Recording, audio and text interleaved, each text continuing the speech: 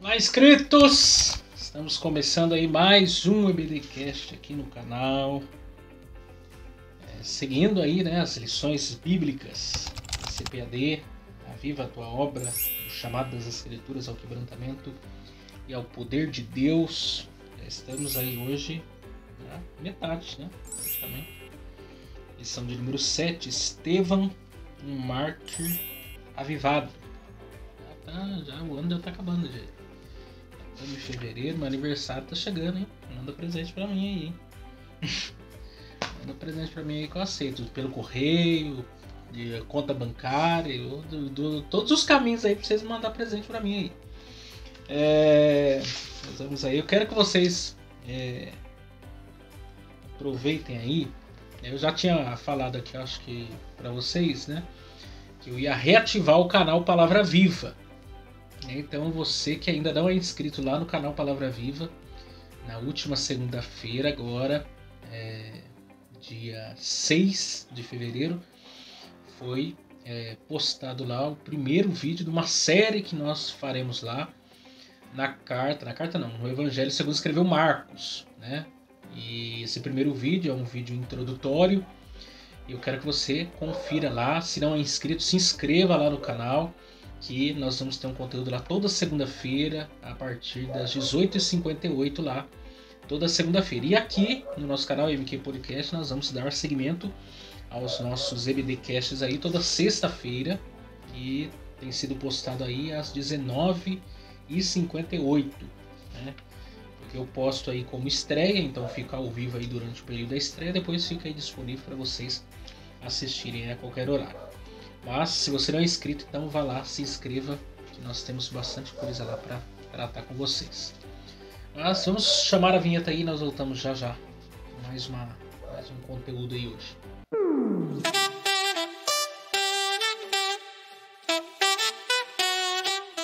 Muito bem, vamos lá. Gediel.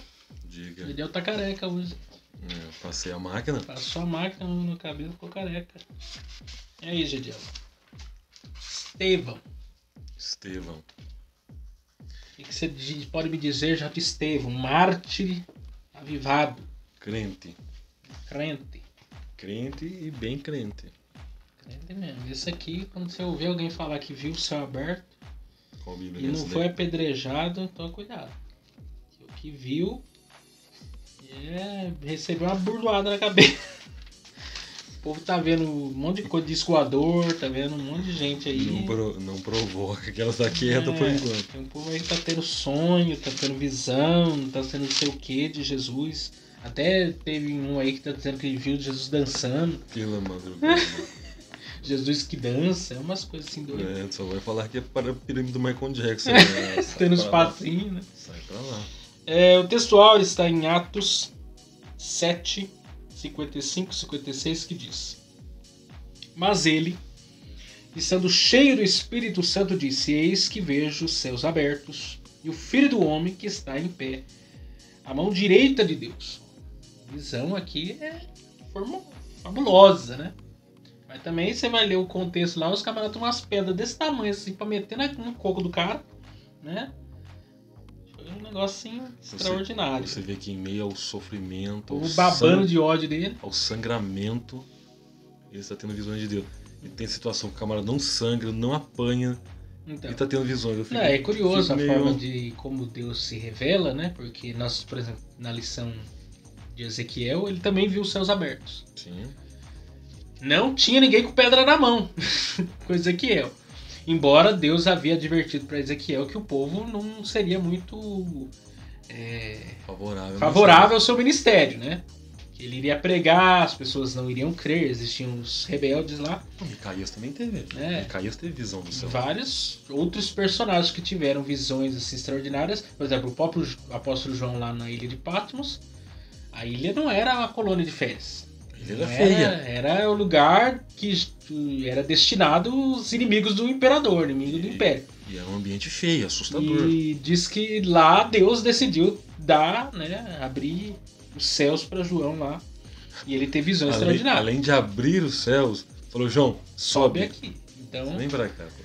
já tem muitas lições aí para nós aplicarmos nessa lição hoje. Verdade prática diz, por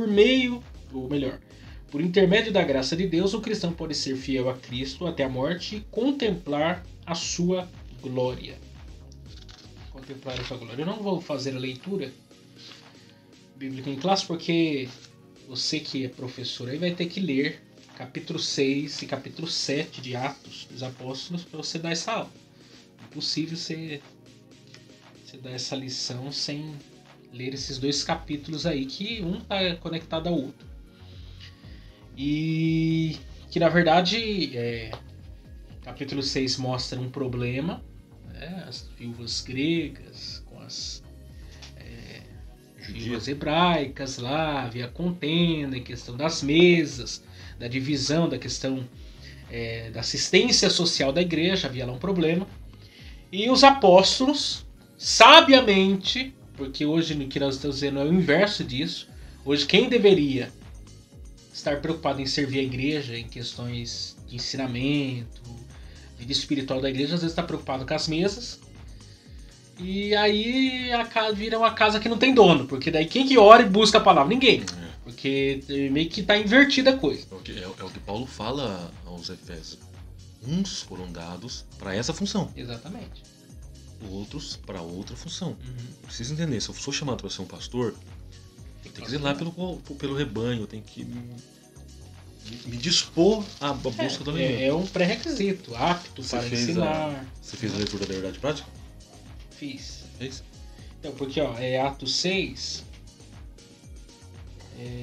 ele ainda verso 2 diz: E os 12, convocando a multidão dos discípulos, disseram: Não é razoável que nos deixemos a palavra de Deus e sirvamos as mesas. Não é razoável. Em outras palavras, não dá para competir a palavra de Deus com as mesas. Não que as mesas não sejam importantes. Não é um desprezo da Não, ele não está colocando em ordem de o que é mais ou menos importante, como se fosse numa escala, né? Num gráfico. Ele está mostrando que na função que eles estavam desempenhando, eles não poderiam colocar a palavra de Deus em segundo plano. Porque a grande questão é essa, eles precisavam de mais colaboradores, de mais gente para trabalhar. Só que eles não poderiam abrir mão daquilo que eles tinham a fazer, que na verdade quem comissionou eles para essa missão de ir, pregar e liderar a igreja, etc., foi o próprio Cristo. Então, eles não poderiam abrir mão disso, que eles que detinham ali, a doutrina é dos apóstolos, né? Eles não podiam abrir mão disso naquele momento para fazer aquilo que o Gediel poderia fazer, que o Miqueias poderia fazer, que você poderia fazer. Então a igreja começa, a partir de Atos 6, ter uma organização eclesiástica mais sólida. E aí ele deixa claro, não é razoável para nós deixarmos a palavra de Deus e servamos as mesas. E aí ele diz no verso 4 ainda, mas nós perseveraremos na oração e no ministério da palavra. Aí surge o ministério dos diáconos. E quem que vai surgir? Primeiro da lista, Estevão. E qual que é a diferença dele para os outros? Primeiro da lista aí, com 2 adjetivos. Homem cheio de fé e do Espírito Santo. Qual é a diferença dele para os demais? Então, fora outras qualidades que vão ser mostradas. As demais qualidades sobressaem sobre 6 diáconos. Mas ele difere nessas 2 palavras. Melhor, nessas 2 ênfases. Ele é homem de fé e é cheio do Espírito Santo. Pode ver que os outros, de boa reputação, cheio de sabedoria, mas Estevão difere. Sim. Estevão carrega 2 ênfases que são diferentes dos demais. Porque aqui o Estevão era de boa reputação. Sim, os outros também eram. Cheio do Espírito Santo, de sabedoria. Os outros também eram. Aí fala, né? De graça e poder. E que às vezes hoje eu vejo que assim, quando você pensa num obreiro, pensa-se mais o presbítero, né? Sobretudo aquele texto de 1 Timóteo capítulo 3, né? Quando vai falar dos requisitos do obreiro, mas esquecem-se que para se separar diáconos também existem pré-requisitos lá. Sim. Né? Aqui existem os requisitos, porque a ideia do diácono é o serviço, né? A própria palavra diácono vem de diaconia, que tem uma palavra grega para serviço, né? Para servo e etc. E aí aqui em Atos 6 diz: escolhei, pois, irmãos, entre vós 7 varões de boa reputação, cheios do Espírito Santo de sabedoria, aos quais constituímos sobre este importante negócio. Mas lá em 1 Timóteo é mais profunda a coisa, né? Porque primeiro vai fazer os requisitos referentes aos presbíteros, né? Os bispos, episcopos. Os epícopos, mas depois, verso 8 em diante, diz: da mesma sorte os diáconos sejam honestos, não de língua dobre, não dado muito ao vinho, não cobiçoso de torpe ganância, guardando o ministério da fé em uma pura consciência, e também estes sejam primeiro provados, depois sirvam, se forem irrepreensíveis. Da mesma sorte as mulheres sejam honestas, não maldizentes, sóbrias e fiéis em tudo. E aqui entra aquela interrogação, né? O ministério de diaconato é para homens e mulheres ou para homens? Diaconisa, porque esse texto aqui, porque diz assim: os diáconos sejam marido de uma mulher, governem bem seus filhos e suas próprias casas, porque os que servem bem como diáconos adquirirão para si uma boa posição e muita confiança na fé que há em Cristo Jesus. Então vamos lá, o que seria essa boa posição? Não é troca de ministério. Não. Alguém pode pensar, uma boa reputação ou uma boa posição. Não. Se ele é chamado para ser diácono, servirá como diácono. Aquilo uma que a boa gente reputação, falou. uma boa posição, pode ser um diácono muito bem visto, muito bem honrado, muito bem requisitado. Olha, aquele irmão pode ser o que vai orientar os diáconos. Ele pode dar orientação para o pastor. Pastor, eu estou observando 2 irmãos que servem como diácono. O pastor vai olhar para ele, exatamente. Porque o irmão tem 30 anos de diaconato, o irmão conhece o que é ser um diácono. Então ele tem uma posição diferente dos outros. Não que a gente vai entender pela tese de que ele é diácono, aí amanhã ele é presbítero, depois ele é pastor. Essa questão do degrau, dos graus eclesiásticos... O fato que nota de rodapé, na lista de Atos 6, você tem Filipe, que aparece como diácono, depois ele aparece como evangelista. Pode acontecer. Porque a pessoa, mas evangelista, Deus, pelo fato dele exercer... mas Deus ele pode até dar depois outros dons para a pessoa. Mas essa visão que existe, infelizmente, na nossa denominação, de que você tem que ser cooperador, depois diácono, para chegar presbítero, pastor, evangelista, não sei mais o que, não é a posição que a palavra de Deus dá muita ênfase, porque ela já deixa claro, uns para, outros para. Tem essas funções na Bíblia, mas não esse degrau eclesiástico. Não como se fosse um plano de carreira. Você é diácono, 10 anos. O cara tá na empresa, ele é o 5º carimbador, aí sai pra 4º, 3º, até chegar à posição de carimbador, né? E não é assim que funcionam as coisas. Se você tem o chamado, o dom de diaconato, que é um dom. Servir é um dom, tá na lista também lá dos dons. Servir é um dom. Ninguém quer esse dom, né? Porque é um dom antipopular, né? As pessoas querem Operação de Maravilha, quer outros dons mais chiques. Mas servir, tem dom de contribuir. Quem quer ser contribuinte? Presidir. Mas é um dom. Presidir. É dom. Então, assim, mas o que a Bíblia ensina, o que nós entendemos à luz da palavra de Deus, é que Deus distribui dons. O Espírito Santo que faz isso. E uns foram chamados para diácono. E tem que ter esses requisitos aqui que nós citamos aqui. 1 Timóteo 3, a partir do 8.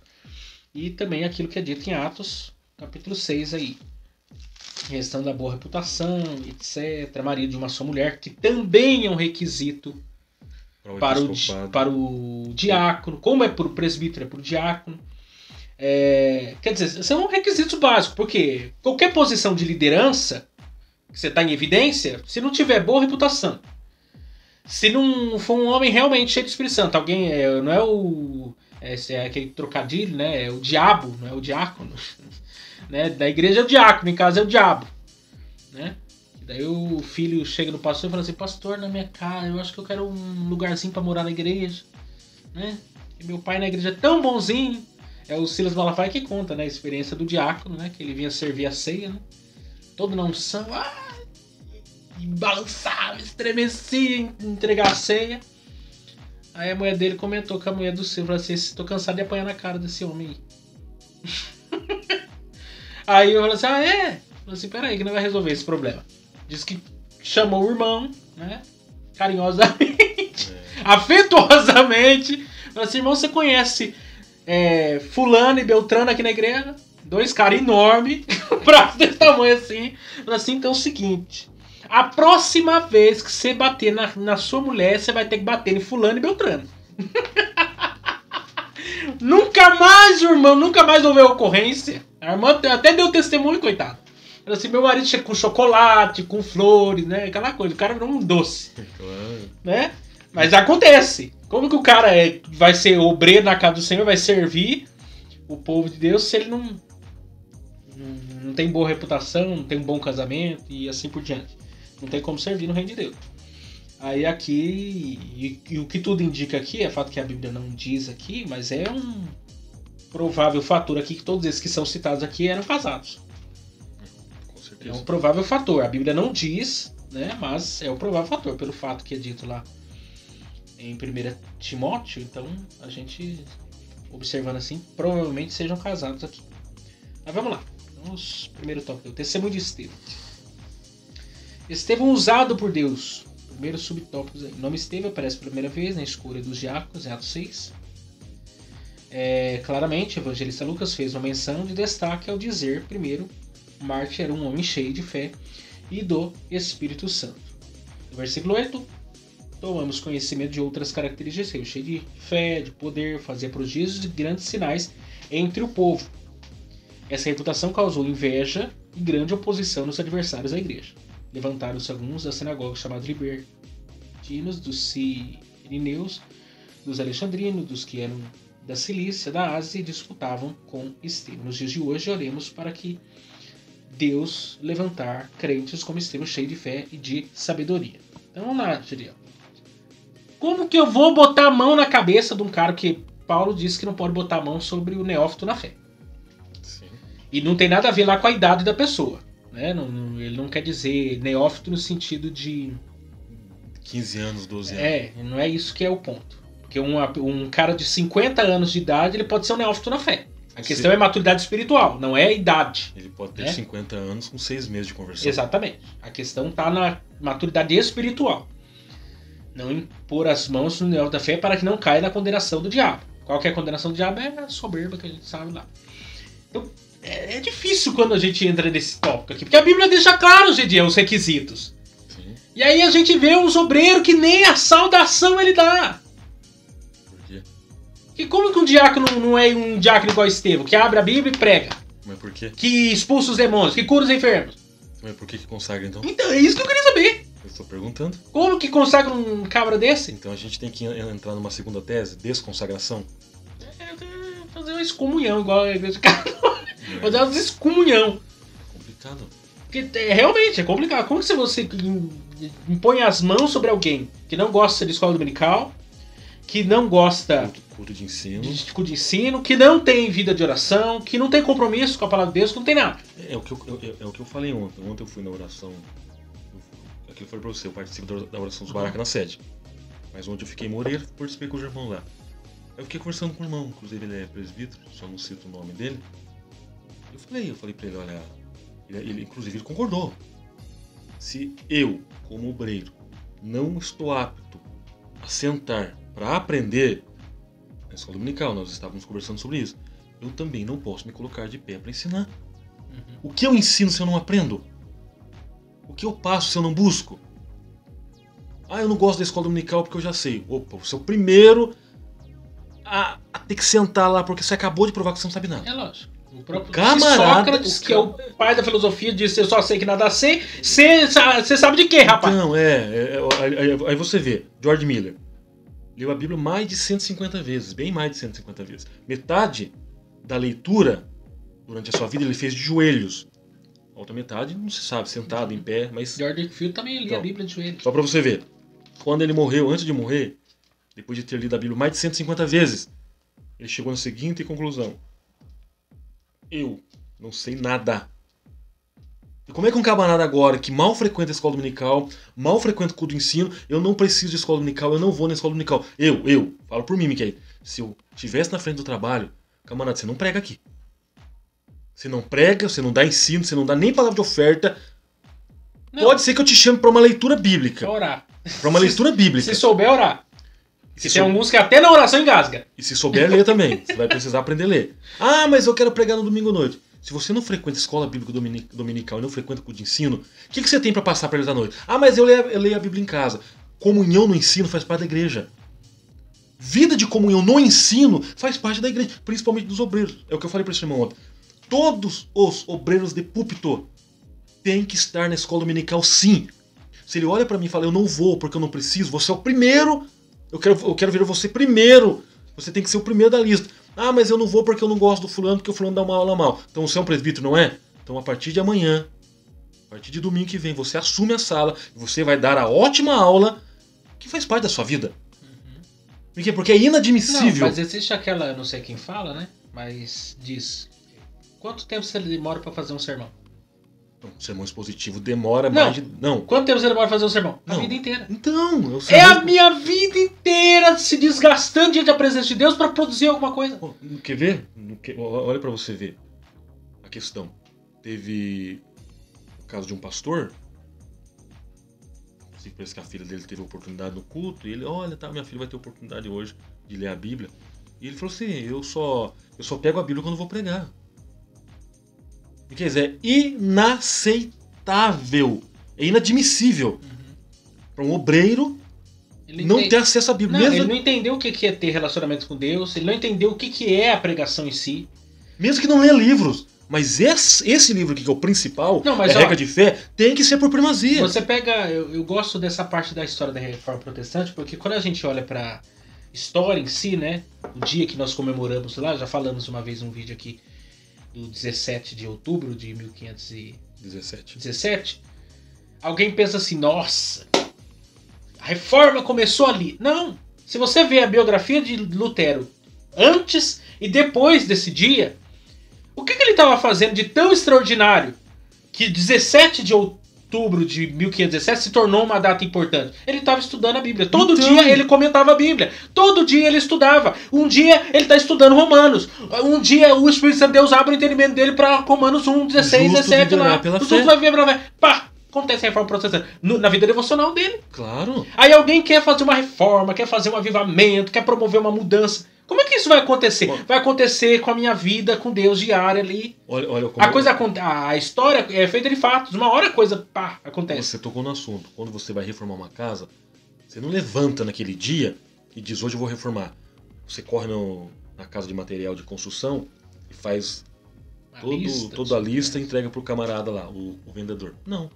A reforma é uma coisa que você vem alimentando. Eu vou reformar o quarto, vou reformar a sala, vou reformar a garagem, vou trocar a janela. Então você já vem trabalhando. Exemplo, a questão da casa. A casa você começa por onde? Pelo alicerce ou pelo telhado? O certo é pelo telhado. Você tá entendendo? As pessoas acham que as coisas são feitas pelo fim. É sarcástico. Não, pelo telhado. Mas as pessoas acham que a coisa é feita assim, instantâneo. É como micro-ondas. Eu ligo lá, coloco 3 minutos. Não é assim que funciona. Fogão a lenha. Processo. Fogão a lenha, você tem que pegar a lenha. É um processo doloroso.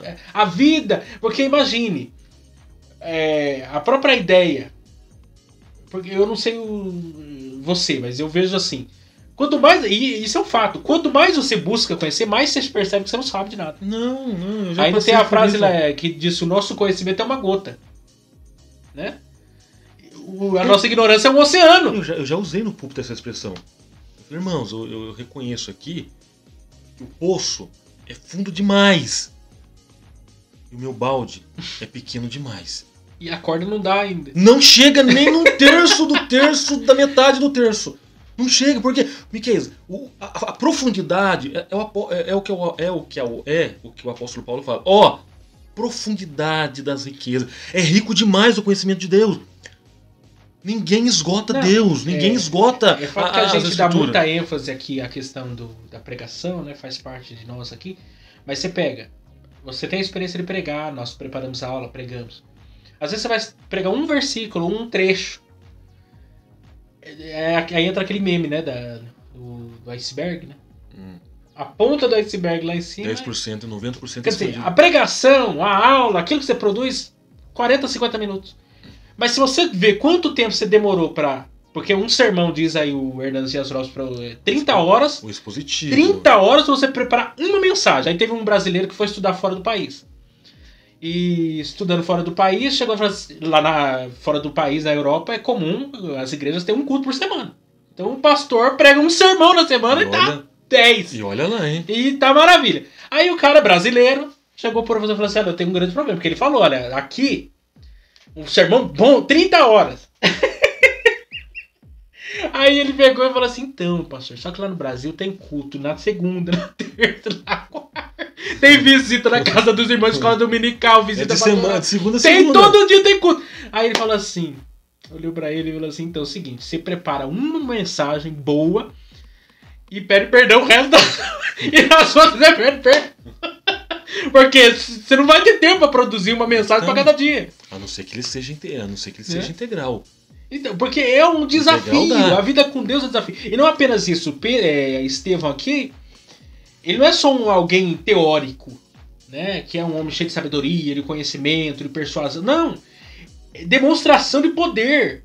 É diferente. É um ministério que conjuga ação, teoria e ação. Conhecimento e demonstração do poder de Deus. É o que Paulo falou. Eu não venho com palavras persuasivas. Na vida de Estevão, é ciência e graça. Você pega um camarada, por exemplo, vamos falar, e eu falo com todo prazer, encho a boca pra falar, o pastor Hernandes pregou aqui no Templo Sede em Pindamonhangaba. Quer dizer, ele pregou 1h10. Pra mim, se ele fosse até as 22 horas, eu agradeceria e ainda ouviria até as 11. Você vê, a graça na mensagem, a unção na mensagem. Sabe aquela comida temperada que o garçom vem, coloca na mesa, você sente o cheiro e é prazeroso. Eu gosto da humildade dele, eu sou fã dele, vocês sabem disso. A Bíblia aqui é ungida, que ela tem a assinatura dele. Miqueias tem Eu tenho a assinatura, recebi a bênção, recebi a oração fervorosa dele. Já tô abençoado. Coloca a foto lá dele orando. Se eu conseguisse que ele fizesse meu casamento, aí eu podia morrer no dia seguinte. No dia seguinte da lua de mel. Eu também não sou.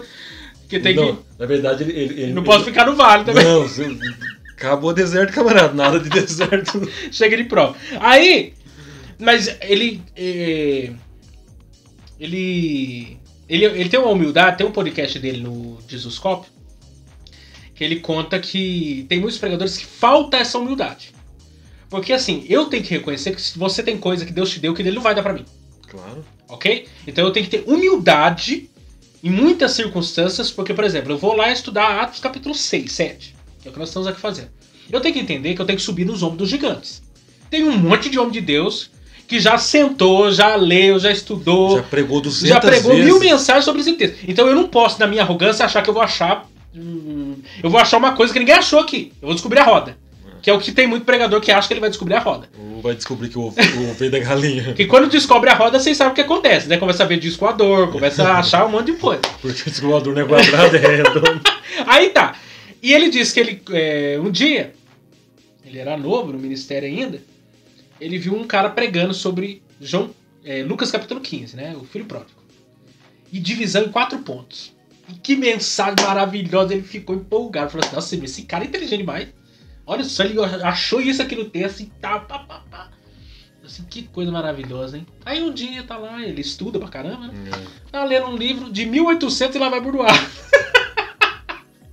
Aí achou que os 4 pontos da mensagem que o pastor tinha pregado. Quer dizer, eu tenho que... E ele faz muito isso nos comentários dele.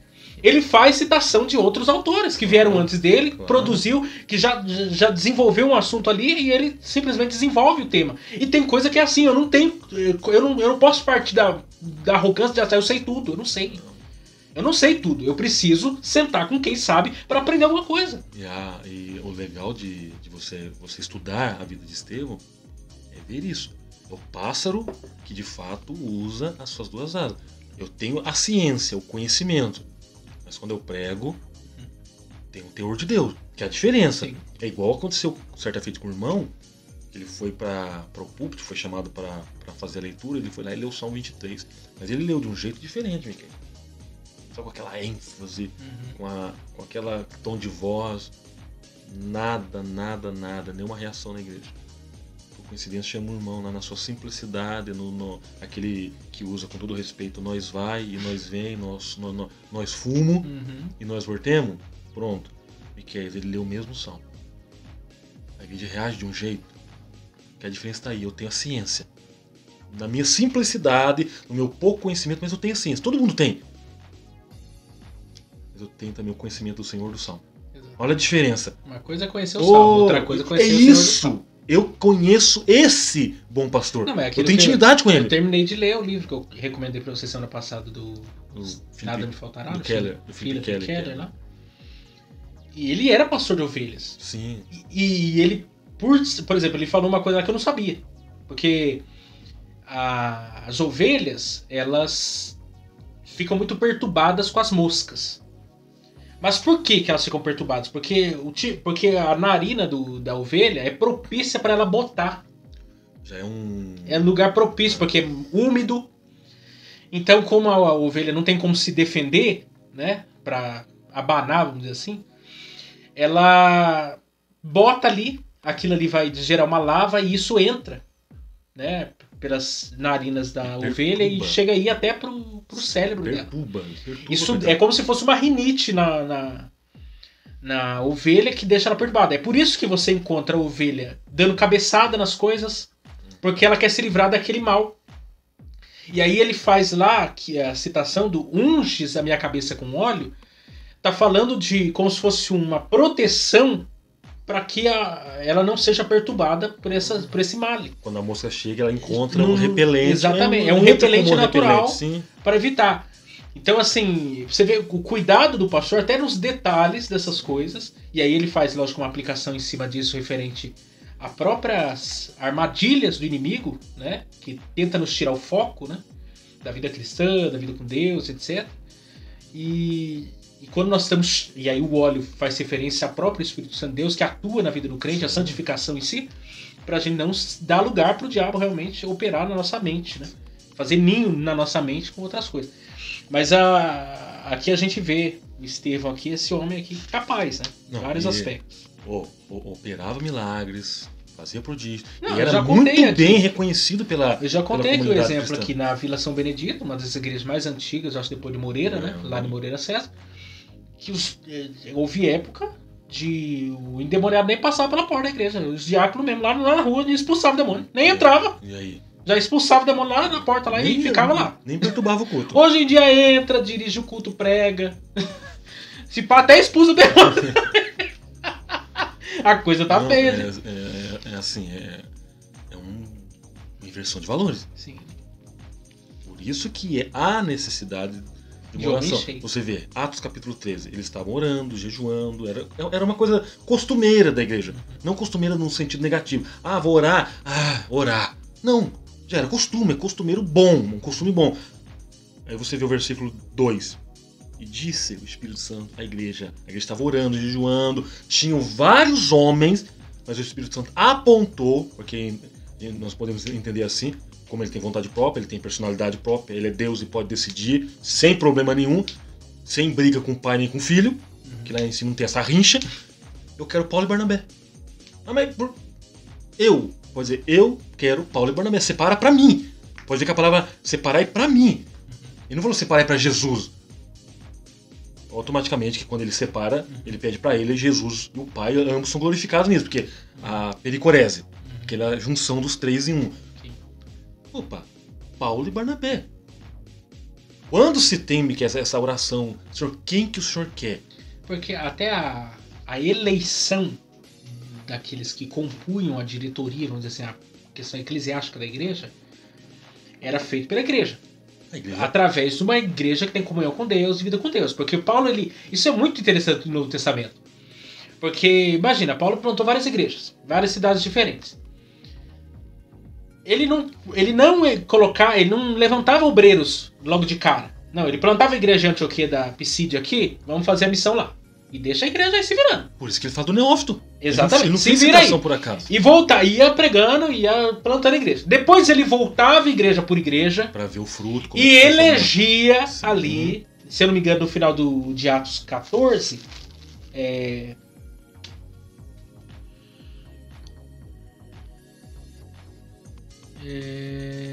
Aqui, ó. Atos 14, 23. 22. Confirmando o ânimo dos discípulos, exortando a permanecer na fé, pois que por muitas tribulações os importa entrar no reino de Deus. E havendo-lhes por comum consentimento eleito anciões em cada igreja, orando com jejuns, e os encomendaram ao Senhor em que haviam crido.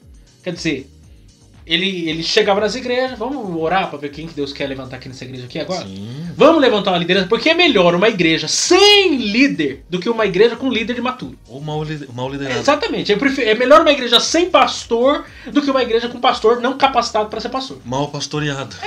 Porque uma igreja é melhor quando ela... Porque, de fato, ali é uma igreja bebê, né? Quando você está plantando uma igreja, é uma igreja bebê. Sim. Você coloca um bebê para liderar? Não. O bebê, ele carece de instrução, de tudo. Sim. O ser humano é curioso, né? Porque os animais, ele nasce e já fica de pé rapidinho, né? O reino animal é diferente as coisas. Né? E a preocupação com a autodefesa, as férias, eles são rapidinho. Agora o ser humano, 1 ano pra falar papai, mamãe, gugu dadá, 18 anos, né? Pra chegar a uma idade madura, 21 que seja. E dizem que pra abrir o olho é só com 40. Com quanto demora 40 anos. Você vê essa questão de separação, como que é interessante. Tem uma história de um pastor, da gente já corre aí, que ele fez o seguinte, ele orando a Deus e tal, e de repente ele olhou para a igreja e lá tinha um advogado. E ele falou, eu vou colocar esse advogado como presbítero, porque ele é advogado, ele tem conhecimento, ele estuda, ele lê, já é de praxis, então eu vou colocar ele. E tinha um irmão lá que era bem mais simples, não tinha esse conhecimento, não tinha esse degrau social como advogado. Aí o pastor falou, eu vou colocar esse advogado como presbítero e eu vou colocar esse irmão aqui como diácono. Aí, deixa eu tocar, que agora tá no vibrador. O Deus falou para ele, não, você vai pegar o advogado e vai colocar ele como diácono e você vai pegar o irmão simples e vai colocar ele como presbítero. Não pode ser de Deus, não pode ser de Deus. Eu falei, tudo bem. Aí Deus falando com ele, eu falei, tudo bem. Aí o que ele fez? Ele colocou aquele irmão simples como presbítero e colocou o advogado como diácono. Olha como Deus tem os seus pontos estratégicos para trabalhar.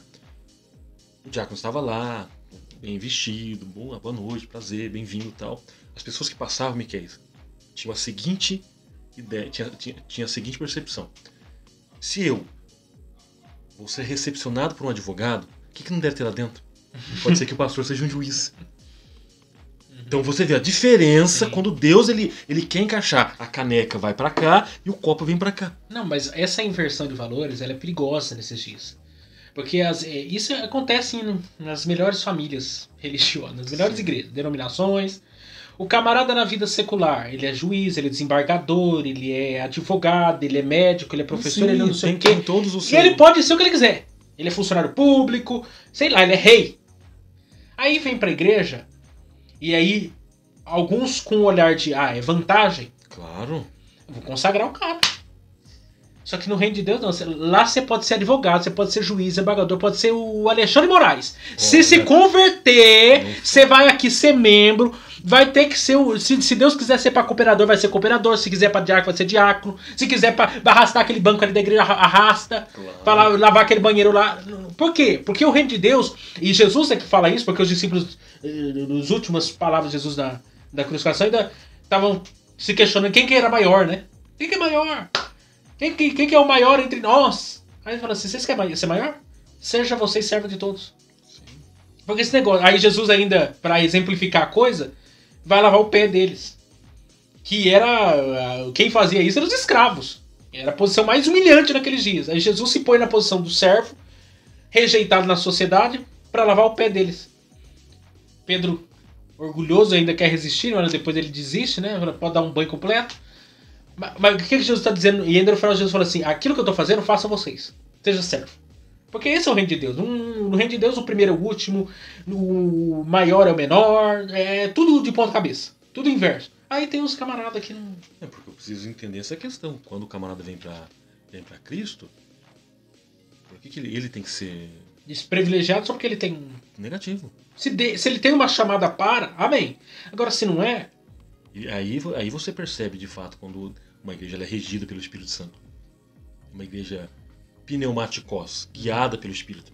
Apesar do senhor é juiz e tal, eu estava orando e Deus me impulsionou a levar o irmão ao diaconato. O irmão vai ser um diácono, vai se preparar para o diaconato. Se ele olhar e falar assim, eu já estava orando acerca disso, opa, agora se ele falar não, diácono não. Quero ser pastor.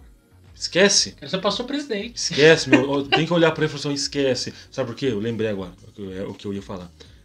Isso foi não é montagem, não é algo que fizeram, uma foto montada, uma foto que criaram lá. Na época do presidente Barack Obama, ele esteve, se eu não estiver enganado, numa igreja batista lá nos Estados Unidos. Uhum. E onde é que estava Barack Obama? Sentado junto com todos os demais membros. Por que não levou ele pro púlpito? E por que aqui nesse país... Porque aqui é diferente, é o Brasil. camarada chega... Eu não entendo isso, gente. De verdade, É eu Brasil. não entendo. Porque culto não é pra homens. Púlpito não é palanque. Não é pra comediante. Né? Eu não posso abrir mão. O culto é pra Deus. Sim. Deus é o soberano. Sim. Aquele pastor lá que faleceu da igreja da quarta dimensão lá, se eu não estou enganado, na Coreia. O que era David Yong-Cho. Depois virou Paul Yong-Cho. Paul Yong-Cho. Disse que um dia ele estava orando. E o presidente do país ligou para ele. Aí a secretária falou assim, olha, o pastor está ocupado. Ele está orando, não pode te atender agora. Como que ele está orando, não pode me atender? Eu sou o presidente desse país aqui, ele tem que falar comigo agora, que eu só posso falar agora? Sim. Eu falei assim, não, mas ele está numa reunião muito importante, ele não pode fazer nada agora. Aí tá, passou, depois que ele teve o seu tempo de oração, retornou pro presidente. Ele falou assim, como que você me atende só agora? Eu falei assim, então, eu tava com alguém mais especial que você, mais importante que você, o rei do seis, senhor do céu. Você tá entendendo? Quando a gente entende o negócio, é diferente, porque eu entendo o seguinte, se nós, vamos pegar por nós, quem que senta no púlpito? Os obreiros. O presbítero ali, o evangelista, o pastor. E o missionário. Nem o diácono. De vez em quando um convidado, se a irmã ali, eu não sou obreiro. Aí, às vezes a gente vai pregar, coloca a gente no público, mas eu não sou. É um lugar que já tem um público-alvo ali. Aí pegam. Se nós crentes, que serve a Jesus, não pode sentar lá, porque existe toda uma estrutura que foi combinada assim. Todo formalismo. Pega um cara que não é crente, que é macumbeira, é feiticeira, sei lá de onde veio essa peste. Coloca lá em cima do púlpito, dá um microfone na mão dele. Alguns até pregam, porque a Dilma pregou num púlpito de uma igreja aí, na época ela era presidente. Você sabe em qual. Imagina como que ela pregou, né? Você sabe em qual. Porque a mulher dava discurso saudando a mandioca. Aí e foi pregar numa igreja evangélica. Uma igreja evangélica aí, que primeiro apoiou Lula, depois apoiou Bolsonaro e não sabe de que fica. Quem que apoia. Uma mulher que quer sacar vento. Então, quer estocar vento e pregou numa igreja aí. Então. Eu tive lá, é grande a igreja. Eu sei porque tu tá falando, você sabe qual que é. É grande a igreja. Bonita. Não dê nome aos bois. Dê nome aos bois. Então, é complicado essas coisas. A gente tem que levar as coisas sérias. Mas vamos acelerar aqui. Não, mas, sim, por isso que você vê. A ação do Espírito Santo na vida da pessoa faz a diferença. Estevão não era um diácono, não desprezando os demais. Mas ele tinha um diferencial. Homem cheio de fé e cheio do Espírito Santo. E o que ele fazia era tão interessante que o que ele fazia, ele era tão bem visto pela igreja. Esse homem é de fé, esse homem é crente. Esse homem, ele tem algo diferente nele. Igual a mulher de Suné, a Sunamita em 2 Reis capítulo 4. Eu vejo que esse homem que passa por aqui, ele é um santo homem de Deus. E que a mulher nunca tinha falado com ele. A mulher nunca tinha trocado uma palavra com ele. Mas parece que o crente, ele carrega Tem como esconder uma cidade edificada? Ele carrega algo diferente. É o que Jesus falou, vocês devem salgar o mundo e iluminar o mundo. Vai colocar a luz debaixo de um alqueire? Lá no velador. Então, isso aqui, que nós estamos falando, vai despertar a fúria. Né? Porque o segundo tom fala uma covarde oposição, o terceiro fala o mesmo assunto, a fúria dos acusadores. Porque tem um povo aí que não gostava do coitado de Estevão. Né? Inclusive... Porque a verdade é, e aqui E isso aí não tem pra onde correr, meu amigo. Você quer prego que se destaca que leva martelado. Porque não adianta. Se você, de fato, é um crente, cheio do Espírito Santo, tem feito a vontade de Deus, se prepare para a oposição. Não tem isso. A árvore que dá fruto é alvo de pedrada. Então não adianta, meu Porque aqui vai surgir falsas testemunhas porque, que foram veja compradas. Bem, Estevão, verso 8. E Estevão, cheio de fé e de poder, fazia prodígios e grandes sinais entre o povo. Quer dizer, um cara que está em evidência, um diácono que está em evidência, vai despertar fúria em alguém.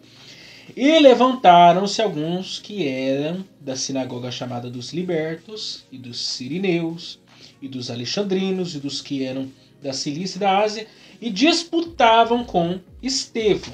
E não podiam resistir à sabedoria e o Espírito. A diferença. E ao Espírito com que falava. Quer dizer, eles estavam tentando disputar com ele no nível humano, e enquanto Estevão estava no outro nível, nível espiritual. E o que Paulo fala? Quem é espiritual tende a entender as coisas do Espírito. Exatamente. Quem é carnal não entende. Então esses camaradas eram carnais, invejosos, prepotentes, mentirosos, pagaram, subornaram. O mesmo espírito de oposição que havia contra Jesus, porque contra ele, os fariseus, saduceus, escribas, todo mundo eram contra Jesus. Sim. Tentavam colocar casca de banana para Jesus escorregar. Vamos pegar ele em alguma coisa, vamos levar essa mulher adúltera para ver o que ele fala. Do tributo, pode, ou não. Vamos colocar ele em várias situações para pegar ele. Só que não adianta. Se Deus chamou, por isso que eu penso que isso é uma coisa que eu tenho convicção. E eu acho que todo obreiro deveria ter essa mente protegida. Se Deus te chamou, é Deus quem chama, é Deus quem capacita, é Deus quem envia. Eu não tenho que me preocupar com mais nada. Se Deus chamou você, acabou. Chamou. Quem chamou foi Deus, não foi o homem. Ele é fiel para falar e é fiel para sustentar aquele que falou. E aquele que começa a boa obra, ele vai concluir. Ele sustenta. Lembra de Jeremias? Ô Jeremias, eu te conheci antes de você nascer. Antes de nascer, rapaz. Você não era nada. Eu te conheci. Lá conhecer não é o conhecer nosso aqui, não. É o conhecer de verdade, de fato. Sim. Propriedade. Intimidade. Quer dizer, sei tudo de você. Eu já sei tudo. Eu sei do começo, já sei do fim. Ah, mas eu sou de pouca idade. Não vai dar certo. Fique em paz, meu filho. Fique em paz que eu sei o que eu tô fazendo. Porque Deus, ele é assim. Se ele chama... E às vezes Deus, ele... Deus não erra na escolha, Miquel. Exatamente. Aquele que tem 10 anos de fé e aquele que tem um dia, pra Deus não importa. Se Deus chamou, ele pode ter um dia de fé. Se eu quiser usar você com um dia de fé, usa, tá, por que não? E por que não? Porque alguém é o caso do irmão mais velho, né? É o caso do crente. O crente tá lá na igreja, servindo, prega e tal, aquela coisa. Aí Deus converte fulano de tal. Daqui a pouco fulano de tal tá se desenvolvendo no ministério. Como eu já vi vários exemplos assim. A pessoa se converte, porque a obra é uma obra de Deus. Se Deus quiser fazer, não põe a tua mão. Gente que se converteu. Eu falo, por exemplo, do meu pai. Meu pai, ele... Eu acho que tá... Acho que quando eu nasci que ele foi consagrado ao presbitério. O próximo disso. Que ele estava no Vila Rica aqui, quando ele foi consagrado ao pastor Francisco, já faleceu. Que levou ele ao presbitério. Depois disso, pessoas... foram ganhas para Jesus, inclusive um obreiro que meu pai ganhou para Jesus, que agora está na sede, chegou a ser pastor antes do meu pai. E tem algum problema isso? Não tem, porque a obra é de Deus. Quer dizer, as coisas acontecem no tempo e no propósito de Deus. Sim. Aí às vezes alguém fica assim, não, mas é injusto. Não é injusto, Deus sabe o que está fazendo. Injusto sempre na ótica humana, nunca na ótica divina. Não, porque se Deus quiser fazer, porque alguém pensa assim, é como se a igreja fosse um ringue de boxe. Não existe isso. Na perspectiva divina, não. Nós estamos todo mundo aqui para servir. Seja você um para servir como pastor, o outro servir como presbítero, o outro como diácono, o outro como líder do jovem, do círculo de oração, de professor de escola dominical. Todo mundo ali para servir. E Deus tem trabalho para todo mundo. O que falta é o quê? É trabalhador. Porque o campo, a seara é gigante. Né? Porque tem gente que quer trabalhar, mas, gente, trabalho que não falta. Se não tem trabalho na igreja, tem uma esquina lá, faça igual o John Wesley, a minha paróquia é o mundo, vamos pregar o evangelho, vamos fazer alguma coisa? Não quer deixar eu pregar aqui, eu prego lá fora. Não tem isso, porque oportunidade para falar de Jesus, para fazer a obra, não falta. E qual é o maior chamado para a igreja? Não é pregar as boas novas? Então pronto. Uns vão fazer isso por meio de escrever uma literatura, outros vai ser cantando, outros vai ser um professor. Porque alguém pensa que o sucesso, e essa leitura capitalista a respeito do sucesso, né? No reino de Deus não combina. No reino de Deus não... Os valores do reino de Deus... É totalmente diferente. A perspectiva do reino de Deus com as visões e a leitura de mundo do capitalismo é diferente, é oposta. Porque alguém pensa assim na visão capitalista. O cara bom... o cara que é pastor, que ele é um pregador famoso, que ele escreve livros, ele é conferencista. Esse é o cara. O sucesso, na perspectiva capitalista, ele olha pra nossa realidade e pensa assim, o cara que tem sucesso é isso. No reino de Deus, não. O cara que tem sucesso, o cara que tem fama, que escreve livro, que é conferencista, que tá hoje em Pinda, amanhã tá no Espírito Santo, na Bahia, fora do país, etc. No reino de Deus, você pega um cara que tá lá na roça, numa igreja com 10 pessoas, que prega lá todo o culto, porque não tem pregador pra dividir o púlpito. Às vezes anda horas pra chegar na igreja, ele tem o mesmo sucesso que o cara que tá fazendo, que tá alcançando milhões de pessoas ao mesmo tempo. Porque no reino de Deus não existe isso. No reino de Deus não existe. Mas é difícil aí, que muitos dentro da igreja entender essa questão. Você pode ver, tem situação que o camarada fica tanto tempo em uma função, se você tirar ele, você acabou, Miquel. Ele sai da igreja, ele abre um outro ministério, ele fica jururu, não vai mais na escola dominical. Opa, preciso entender. O meu tempo de utilidade naquela função acabou, agora é a hora de outro. Paulo rega. Alguém planta. Então, Paulo rega. Porque alguém planta. O crescimento é de quem? Deus. E a glória não vai nem para quem planta e nem para quem rega. É para quem dá o crescimento. Exatamente. Então a questão é, Paulo está regando porque alguém plantou. Não. Tem alguém regando porque tem alguém plantando porque alguém está vindo atrás do regador. Porque tem gente que acha que... É aquela história, né? Isso é uma anedota antiga que o pessoal fala. Se é verdadeiro ou não sei. Passa de um pro outro, né? É a história do pastor que tem uma visão de uma coroa bonita, cheia de pedras, assim, papapá, é minha. Eu falei, não. É daquela irmã lá que vocês nem sabem que ela existe lá.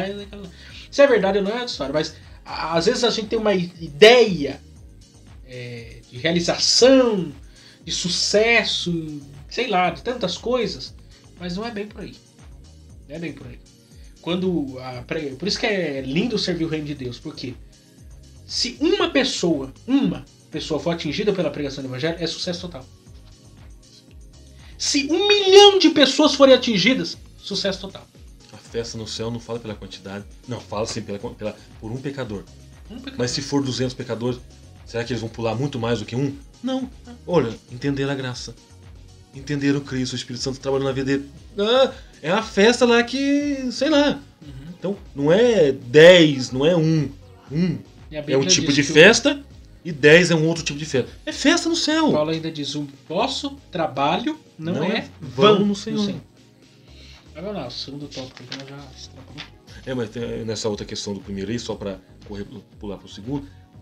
Invejosos, prepotentes, mentirosos e ainda foram pagos, Miquel.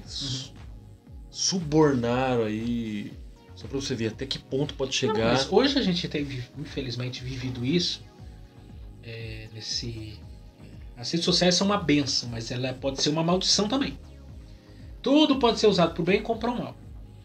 E tem muita gente que, infelizmente, com uma informação errada que surge aí na mídia, mancha a imagem de alguém para nunca mais ser recuperado. Sim.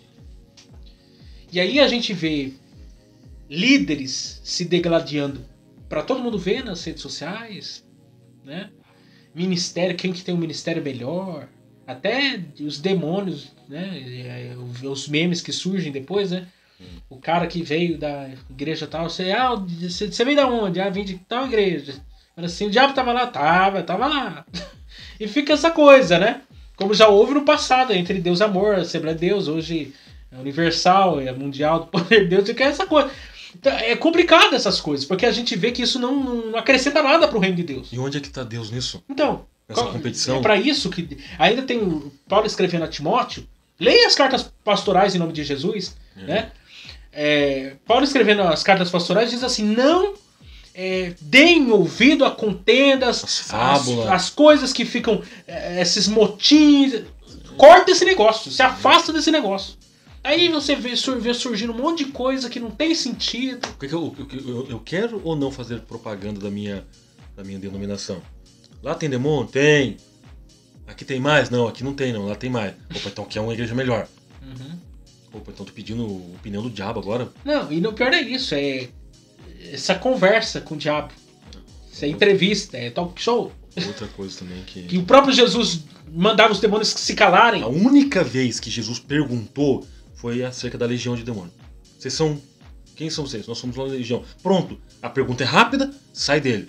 Mas de perguntar, Miquel, a pessoa já está Ficar sofrendo. conversando. Uma hora Primeiro que o diabo aí. é o pai da mentira. Não dá pra acreditar nada que ele fala. Então, já... Vai conversar com o diabo, você vai acreditar no que ele tá falando? Você quer acreditar nele, você tem que... Você quer o que dele? Qual a informação que você quer? É aquilo que eu falei outro dia.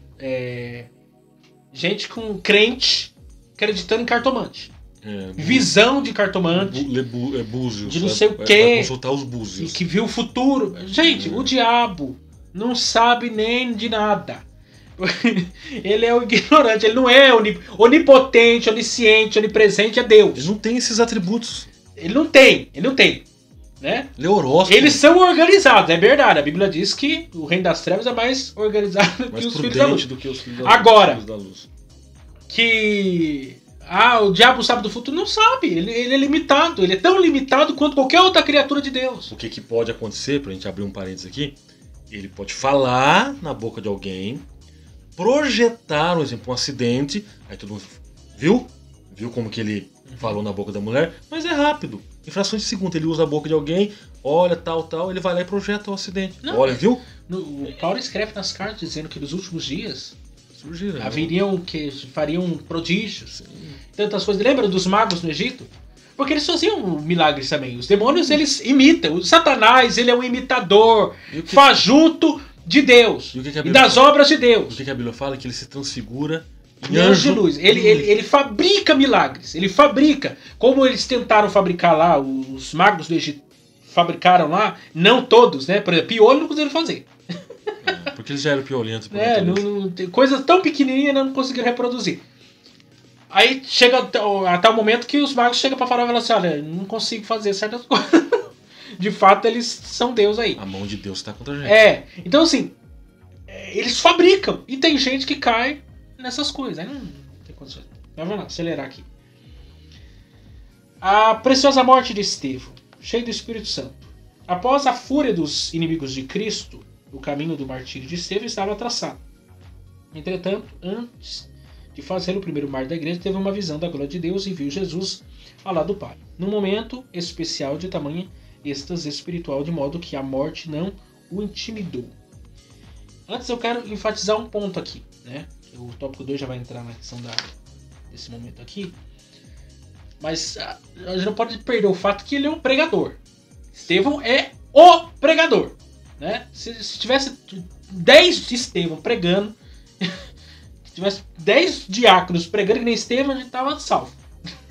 Né? Porque o cara começa lá do Antigo Testamento, vem terceiro e tal, faz várias aplicações ali. E no estilo apologético. Não, e do capítulo que leia lá, capítulo 7, termina no verso 60. Parte desse capítulo é a pregação dele. Né? Pra você ver como que o cara tinha conteúdo.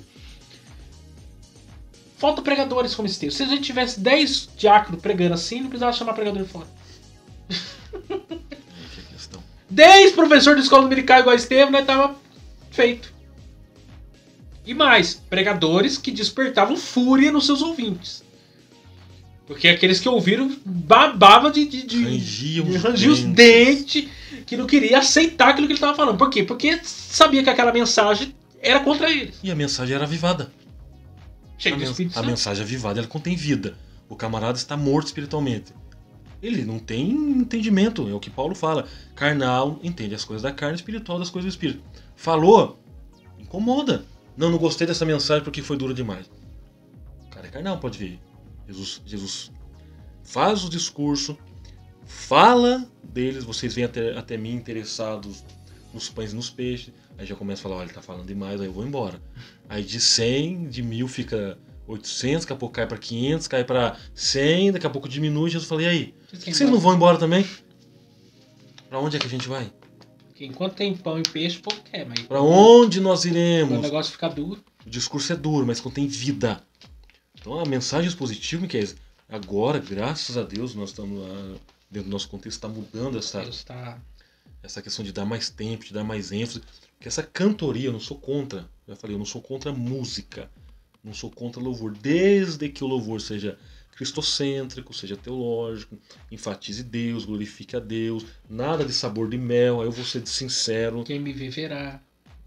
É um antropocentrismo exacerbado. Você viu o que você fez comigo?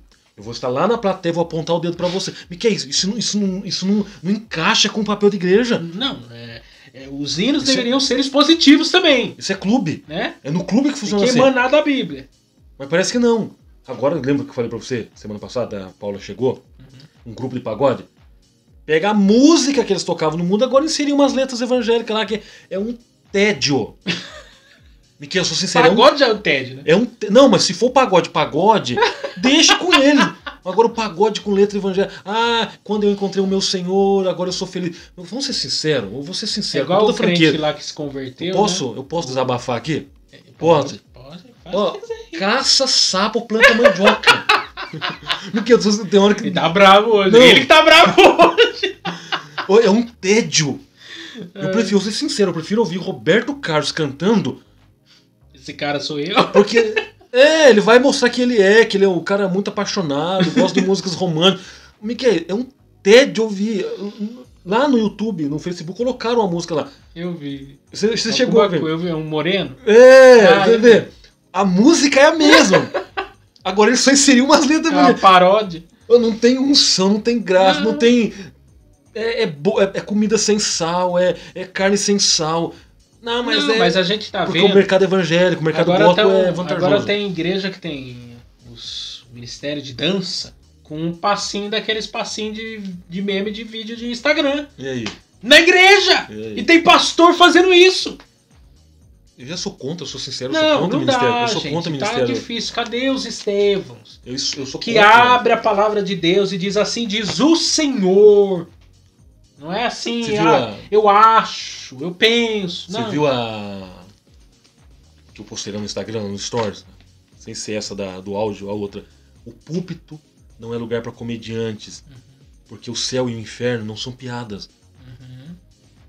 E que a gente tem que parar com isso, com essa questão de a gente vive entretenimento de bodes ao invés de alimentar ovelha. Não, o Brasil já viveu esses dois extremos. Do lado de ser rígido demais, a um ponto de ser até difícil ser crente, que o povo tinha medo dos crentes, de tão rígido que era a coisa.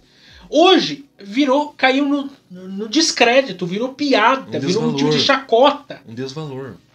A gente fica nesse pêndulo entre uma coisa e outra. Não, pelo amor de Deus, vamos ser sérios, vamos ser comprometidos, vamos voltar para a palavra de Deus. Porque daí a coisa acontece, a coisa funciona. Pega um... Né? Vamos parar de inventar fórmulas humanas. Vamos para o solas. Sola a escritura. Pronto, é o que Paulo fala. Timóteo, prega a palavra. Inste a palavra, use a palavra e pronto, você vai ver o resultado. Porque aqui, porque é fato, e aqui é o ponto que eu quero chegar aqui, que é o segundo tópico que vai tratar isso, né? A violência dos acusadores e o perdão do martírio. A pregação fiel da palavra de Deus, a igreja séria, comprometida de fato, ela vai ter opositores. Sim. Na verdade, a igreja dos últimos dias é a igreja perseguida. Será a igreja perseguida. Quem que vai querer uma igreja que prega a verdade? Uma igreja que prega a palavra. Uma igreja que diz que pecado é pecado. Porque confronta. Quem que vai querer ouvir? Não vão querer. Então, haverá perseguição. Isso é um fato. Haverá perseguição. Agora, enquanto a igreja for amiga do mundo, enquanto a igreja fizer alianças com o mundo, que diferença vai fazer? Que evangelho é esse? E o que a Bíblia fala? Se você ama o mundo, se torna o que de Deus? Inimigo de Deus. E quem quer ser inimigo de Deus? Só o camarada tem que estar em sã consciência. O diabo já é por escolha dele. Não vamos entender assim. Por isso que ele é o inimigo número 1. Aí você vê, você pega uma igreja comprometida com a palavra. Eu não gosto dessa igreja porque não tem mensagem com riso. E desde quando mensagem? Tudo bem que você pode, no momento, descontrair. Mas é uma descontração. Mas não é pra fazer um show de humor. Não. Stand-up. De vez em quando eu uso como forma até pedagógica. Forma pedagógica. É um recurso... Pego assim pra comunicação. Para o pessoal rir, mas ao mesmo tempo que estão rindo, assim, opa, já é uma forma pedagógica. Você faz o povo rir, depois vem cajado em si. Pá! Não é essa questão. Igual, do domingo eu estive lá em uma das congregações. Faz cócega no leão e depois mata ele. Eu até falei, irmãs, favor, a questão foi da família. Não é pra levar a sério, não. A questão de crescer e multiplicar. Não é pra usar aí, não é pra ter 10 filhos, não. Eu fiz uma brincadeira. Vocês conhecem o carro? O carro não tem 3 pedais? Tem um freio, não tem? Então, por favor, maneira aí. Ele caiu na risada. Eu tava querendo dizer, leva em consideração a ideia de ter 5, 6, 7 filhos. Então você usa a brincadeira, mas fazendo com que a pessoa entenda que não é pra você preencher a terra. Então é uma forma pedagógica. Mas a gente tem vivido o extremo da coisa, né? Então, assim, não tem jeito. Todas as igrejas, por exemplo, eu lembro no fato, eu assisti o filme do John Wesley, deve ter no YouTube, não sei. Ele foi pastorear um tempo a igreja nos Estados Unidos, começo do ministério dele. E ele não quis dar ceia para uma determinada irmã lá que ele entendeu que ela estava errada. Expulsaram ele da igreja. Porque ele assumiu a posição. Você está errado, você não vai tomar ceia. Disciplina. Fala assim, ô John Wesley, tchau. É o que vai acontecer nesses últimos dias. É o que vai acontecer. Tem pastores, e não poucas igrejas, muitas igrejas, que ele tem medo de pregar a verdade porque ele tem medo de perder o título de pastor. Ele tem medo, alguns que são assalariados da igreja, tem medo de perder o salário da igreja. Ser demitido, ser mandado embora. Outros é por status, estão lá por status. Então ele pensa assim, se eu pregar mais duro, o pessoal vai embora. Então eu vou pregar uma mensagem light. Então, o ruim é quando você chega para pregar e de repente alguém pode perguntar para você: qual sermão você prega hoje? Romanos capítulo 7, Romanos capítulo 8. Não, essa mensagem não. Tem outra mensagem aí? Tem. 1 Coríntios tal, pega um texto aí. Também não. Tem outro texto? Tem. Aí você vai pegando aqueles textos que de fato é o que a igreja precisa ouvir, sim. Ouvir. Não, você não vai pregar. Tudo bem. O que o senhor quer que eu pregue então? Ele aponta pra você, tá vendo aquele grupo lá? Eles não gostam de um tipo de mensagem mais dura. Tá vendo aquele rapaz ali? Ele gosta de uma mensagem mais light. Então o senhor quer que eu seja sincero? O senhor quer apontar pra minha porta da igreja? Que eu entendo o seguinte, que a porta é serventia da casa, né? É só o senhor me mandar embora, então. Eu não vou mudar discurso. Agora, não, mas se pregar um tipo de mensagem aqui, você não prega mais. Não tem problema. Eu preguei uma vez só numa igreja, depois esse pastor virou meu amigo, né? Que agora não que até que eu vá congregar lá com ele. Mas na primeira vez que eu preguei numa determinada congregação, não gostou muito do que eu falei, não. Mas tava dentro da palavra. É aí que é a questão. Depois calmou, né? Sossegou, eu voltei lá, prego lá quase sempre. Mas a palavra é a palavra. Você vai mudar a palavra? Você vai arrancar? Porque eu penso assim, é igual meu pai que foi convidado uma vez para pregar num determinado lugar. E o pastor falou assim, olha, você pode pregar sobre...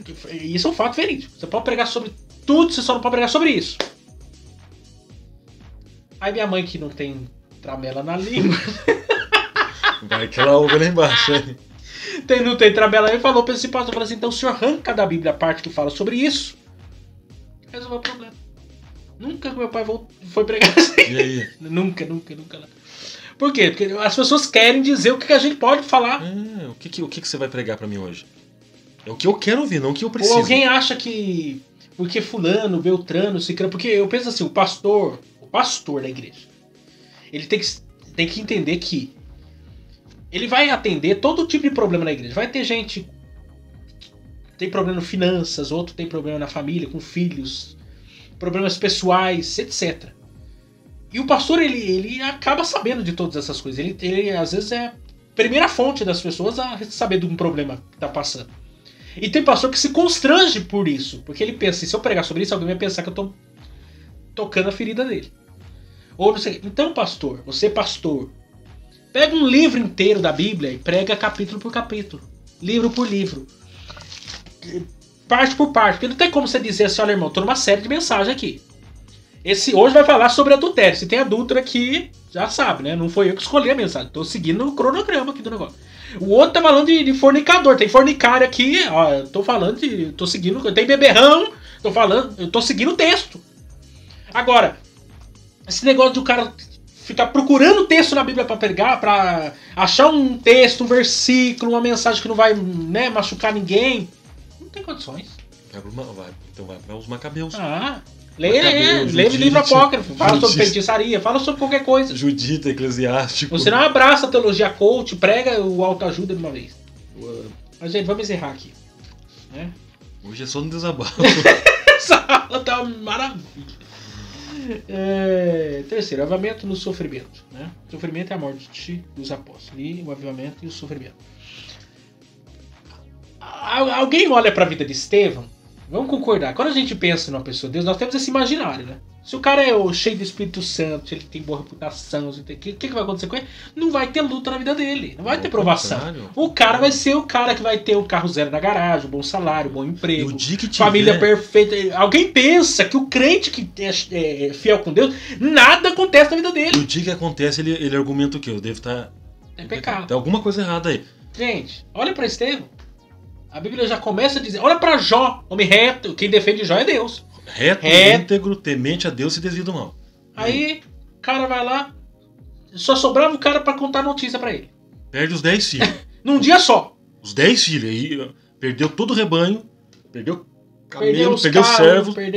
E ainda aparece lá 3 amigos que ficam 7 dias com ele e no final começa, ó.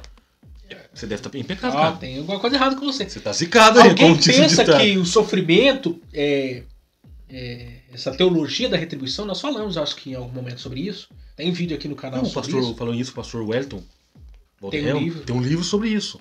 A mulher de Jó, a teologia da retribuição. O fato do crente sofrer, né? O texto que eu li aqui, né? Sem querer eu li o texto de Atos 14 aqui. Paulo dizendo, né? Pois que por muitas tribulações nos importa entrar no reino de Deus. Tribulação o tribulo no latim é aquela peça de madeira cheia de cravos para tirar a palha do trigo. Quer dizer, ela tem uma finalidade. Importa que muitas coisas aconteçam, e aí Paulo escrevendo em Romanos diz que as tribulações produzem. Quer dizer, Deus ele permite a tribulação passar. Gera paciência, não, porque não tem pra onde correr. Paciência, experiência, esperança. A experiência lá, a palavra, tem a ver com alguém que está sendo provado para ser aprovado. É uma coisa que você tem que passar, porque se você não passar, você não vai adquirir a experiência para aquilo, você não vai, não vai ser autenticado que de fato você venceu aquilo ali. E você acha que crente não vai passar prova? Alguém pensa assim, eu vou pregar fielmente a palavra de Deus, aí a minha igreja vai crescer. Você pode muitas vezes pregar fielmente a palavra de Deus, orar todo dia, jejuar, e você vai pregar a vida inteira para 10, 15 pessoas. E não quer dizer que Deus está contra você. Exatamente. Aí alguém pensa assim, não, eu acho que eu tenho que mudar minha mensagem, porque eu quero mais pessoas, mais adeptos, daí Deus vai fazer uma coisa. Nem sempre. Deus, a gente tem que ter fidelidade a Deus, compromisso com Deus antes de qualquer outra coisa. Saber que aquilo que a gente está fazendo, de acordo com a palavra de Deus, está correto. E acabou. A nossa consciência tem que estar tranquila diante da palavra de Deus e dizer assim, não, eu estou fazendo certo. Se o resultado não está vindo como eu almejei, porque imagina Estevão, é a única mensagem que ele pregou, os caras já saíram com pedra na mão. O cara recebeu uma crítica depois que ele pregou e ficou triste. Já era. Meu amigo, eu lembro uma vez, gente, ó, esse obreiro do nosso ministério, faz tempo isso. Logo quando eu comecei a pregar. Tá vivo? Tá vivo ainda. Quase morreu esse coitado, mas Deus deu vitória. Mas esse irmão, eu preguei uma vez, se não me engano, Mateus 10, né? Falando, Jesus dizer que mudou o poder, né? Tal. E se eu não me engano, eu preguei sobre isso. O obreiro não chegou pra mim no final do culto, eu era novo, não sabia nada de teologia liberal, não sabia de nada de teologia, eu era leigo total naquela época. O cara falou assim, não existe esse negócio de milagre, mas não. Não existe mais negócio de milagre, não. Milagre era só pro tempo da Bíblia. O obreiro da Assembleia de Deus, hein? Pastor da Assembleia de Deus. Falou pra mim depois da mensagem. E comecinho, eu era adolescente, isso. Se eu tivesse acreditado nesse pastor, eu tinha acabado meu ministério naquele dia. Por quê? Porque as críticas vão acontecer. Vai surgir gente que vai, né? E o pastor Ernesto falou que a teologia liberal ela é danosa pra fé cristã. Ela tende a ser danosa. Não tem, procura um teólogo liberal abrindo igreja. Ele destrói a igreja, ele é destruidor, não é? Ele quer sugar da igreja, plantar a igreja ele não quer. E pega um camarada neófito na fé, cai na mão de um professor de teologia liberal, matou o camarada. Pode-se dizer, ele tá morto. Ele é um semi-ateu. Quase ateu. Ele crê, ele crê pra provar pra você que aquilo que você crê não é verdade. Ele é mais filosófico do que teólogo. É. Nada contra a filosofia, eu amo. A Sim. filosofia é excelente. Nada contra. Inclusive, comprei um recente lá no shopping, lá no estante. História da filosofia. Nada contra a filosofia. Mas os argumentos filosóficos. Não, bobeira. Não vai acreditar em milagre. Porque na verdade alguém pensa que fé e razão estão em oposição. Mas na verdade não. A fé é a supra-razão. Quando eu não entendo algo pela razão, eu entendo pela fé. Bom, A fé está acima da razão. O Francis Schaeffer, ele tem uma trilogia, que é o Deus que intervém, o Deus que se revela e o amor da razão. Inclusive, John Stott escreve um livretinho. Crer, também pensar. E aí? Tem um daquele Raves da Carias também, muito bom. O que Pedro fala? Eu passei pela leitura de Pedro hoje, estou em segunda epístola de João. O que você vai responder quando pedir a razão da vossa fé? Não, Por quê? A mensagem de Estevão aqui é uma mensagem apologética. Exatamente. De defesa da fé. Porque os opositores dele aqui, todos eram gregos. Porque eram opositores gregos. Tem lá Sirineus. Alexandrino. O que tinha em Alexandria, gente? Uma das maiores bibliotecas do mundo. Maior biblioteca do mundo naqueles dias. Na época, exatamente. Mas... O Apolo era de Alexandria. Alguns acreditam que Apolo tenha sido o autor de Hebreus. Ou pode ser. tem o dedinho dele lá. Né? Ou mais para Paulo. Mais para Paulo. Não deixa de ter. Não, sim, tem. Mas também. alguém acredita. Os alexandrinos tinham, né? A escola de Alexandria também vai surgir posteriormente, né? Sirineus, os homens de Cirene. Sim, eram homens que tinham conhecimento. E veja que Estevão dialoga com ele no mesmo nível que eles. Ou no nível... Bem mais no caso. Então assim, o sofrimento, ele faz parte da realidade da vida do crente. Seja você fiel. Porque alguém pensa... Porque esse é o drama do crente fiel. É o sofrimento quando você sabe que você está fazendo a coisa certa. É quando a luta vem e você fala assim, meu Deus, onde eu tô pecando? É o Davi orando no Salmo 139. Senhor, sonda, vê se há em mim algum caminho mal. Porque eu acho que eu tô fazendo alguma coisa errada que nem eu sei. Então dá uma vasculhada aí e vê se eu tô fazendo alguma coisa errada. O próprio salmista que fala assim, perdoa até os pecados que eu ainda nem cometi. Porque tem hora que a gente fica em parafuso. Mas o sofrimento nem sempre é causado por causa de algum pecado particular, de alguma questão particular. É Deus permitindo para melhorar, forjar, para que a gente possa ser muito mais útil para o reino dele. O que Charles Spurgeon fala? Eu não gostaria de sofrer, mas se o sofrimento me leva para mais perto de ti, então que eu sofro. Então, o autor do livro que eu terminei de ler, do Senhor Meu Pastor, ele conta a experiência da morte da esposa dele, com câncer. E aí ele entende aquilo que a gente falou. Uma coisa é conhecer o Salmo 23, outra coisa é conhecer o Senhor do Salmo. Porque falar o Senhor é o meu pastor de boca para fora, teoricamente, é uma coisa. Agora, conhecer de fato o Senhor como seu pastor e saber que ele não deixa faltar nada é outra história. E aí e tem até uma questão sobre essa questão de nada me faltará. O Senhor é meu pastor, nada me faltará. Não vai faltar. Ou de nada terei falta. Né? Não vai faltar. Não vai faltar momento de dor. Não vai faltar momento de tristeza. Não vai faltar momento de angústia. Por isso que a Bíblia fala o quê? Por isso que ele me leva para águas tranquilas. Quando chegar a turbulência. Por isso que ele me leva para os pastos verdejantes. Quando faltar um alimento. Então, de nada, não vai me faltar nada. Tanto pode ser que venham coisas boas como venham coisas ruins. Ele vai estar lá. Mas a vida de Estevão é um exemplo. Não, a gente...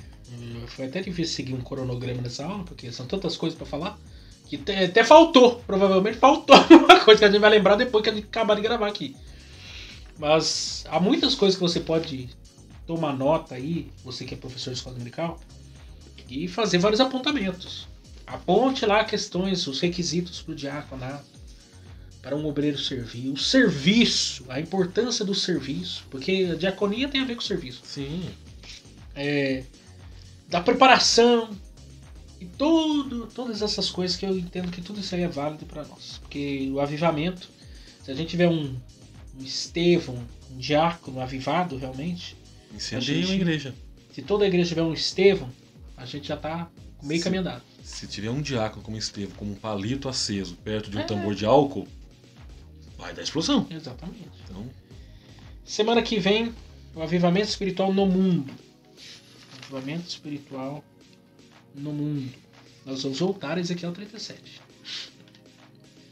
Tá com saudade de Ezequiel? O vale dos ossos secos. Né? O avivamento que a gente precisa aí. Que Deus precisa de fato mandar no mundo. O sopro do Espírito. Gente, semana que vem nós estaremos de volta. Se inscreva aí, curta, comente, compartilhe. Você fazendo ajuda, né? Tá quase chegando a 300 inscritos aí, gente. Ajuda nós aí, em nome de Jesus. Se inscreva aí no canal, a gente quer chegar a 1000. Tem que chegar a 1000, pelo menos 1000. Para a congregação chegar a 1000, vai até crescer cabelo na cabeça do Gedeão, vai fazer milagre. Então... Olha, hein? O milagre tá no 1000. Quando chegar no 1000, aí você não, mas aí tem 700, camarada. Muito tempo, não tem como se adiantar isso aí, não. Se não chegar, é que a fé dele vai pequena. Aí, ó, agora joga pra mim agora. Fazer igual o povo faz. Se não acontecer, o problema é teu. E não tem nada a ver com isso. Você não tem fé. Mas, gente, Deus abençoe vocês até semana que vem.